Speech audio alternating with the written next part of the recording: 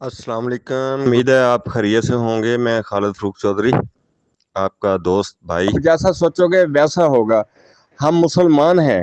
हम मुसलमानों का अकीदा है कि हमें अल्लाह की ज़ात पे भरोसा है, क्योंकि अल्लाह पाक रहमान और रहीम है। अल्लाह पाक के 99 नाम हैं और उनमें से एक नाम सिर्फ कहार का है और बाकी सारे रहमत वाले नाम हैं। अब एक बंदा अल्लाह की कसम खाकर कहता है कि मैं दूंगा, मैं दूंगा, मैं दूंगा, फिर अगर हम उस पर एतबार नहीं जाते तो हम किस कैटेगरी में आते हैं? क्या हम मुसलमान हैं? किस कैटेगरी में हम आएंगे? तो हमें कहीं ना कहीं जाके ठहरना होता है। वो कहीं ना कहीं क्या है? वो अल्लाह ताला की ज़ात है। हमें अल्लाह ताला की ज़ात पर भरोसा करना पड़ता है। हमें अल्लाह ताला की ज़ात पर यकीन करना पड़ता है, तभी जाके हमारी दुनिया बनती है, तभी जाके हमारी आखिरत बनती है।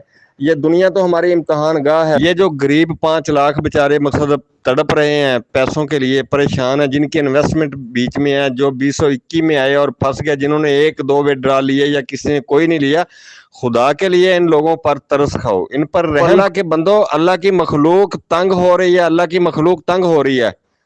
अल्लाह का वास्ता है तुम सब लोगों को कि आप जब मकसद बाहर होते हो तो बात कुछ और करते हो, जब उनके पर्सनल में जाते हो या उनके पास जाते हो तो फिर बात कुछ और करते हो, फिर वहाँ 5 लाख भूल जाते हो।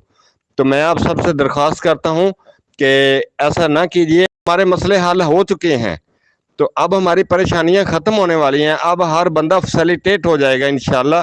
कम से कम मैं आप दोस्तों सबसे रिक्वेस्ट करता हूं कि आप अल्लाह से दुआ करें और अल्लाह से उम्मीद लगाएं, इंशाल्लाह बेहतर होगा। कोई गारंटी के बारे में कुछ कहता है, कोई कुछ कहता है। उन्होंने कहा कि मैं हर तरह की गारंटी दी है, उन्होंने अल्लाह पाक की कसमें खाई, उन्होंने कहा मैं स्टाम्प देता हूँ, मैं चेक देता हूँ। किस तरह से उन्होंने कोई बात से डिनाई नहीं किया, हर बात उन्होंने तस्लीम की है। तो खुदारा होश के नाखन लो।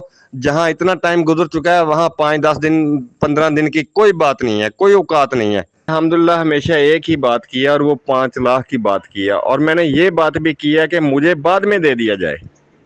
मैंने अपने भाइयों के लिए ये जंग लड़ी है, यकीन जाने। और मैंने इसमें जब मैं चला था तो मैंने क्या लेके चला था? अल्लाह ताला की रज़ा, कि या अल्लाह मैं निकला हूँ और तेरे बंदों की खिदमत के लिए निकला हूँ। या अल्लाह तूने मेरी मदद करनी है, और अल्लाह ने मेरी मदद की। आज अल्हम्दुलिल्लाह हम कामयाबी की सीढ़ी पर हम पहला कदम रख चुके हैं, और ये जो दूसरे हमने कदम रखने हैं वो कोई लेट फेट नहीं है इतनी ज़्यादा। वो 2-4 दिन में हम कामयाबी के मकसद ना कामयाबी के दरमियान में बैठे होंगे इंशाल्लाह। इसलिए मैंने कभी भी हौसला नहीं टूटने दिया अपने दोस्तों का, क्योंकि ये जो हौसला होता है ये इंसान की ज़िंदगी होता है। अगर मैं ये कहूँ कि हम डूब गए, मर गए, सैलाब आ गया, ये हो गया, वो हो गया, पता नहीं लोगों के घरों में कितनी परेशानियां हैं, क्या क्या मसाइल हैं। किसी को ब्लड प्रेशर हो सकता है, किसी को कुछ हो सकता है। जब एक अच्छे काज के लिए आप काम कर रहे हैं तो लोगों को सेटिस्फाइड रखना भी हमारा मकसद, एक मकसद था कि खुश रहें। क्योंकि एक बंदा आपकी जंग लड़ रहा है ना, तो फिर आपको परेशान होने की ज़रूरत नहीं है इंशाल्लाह।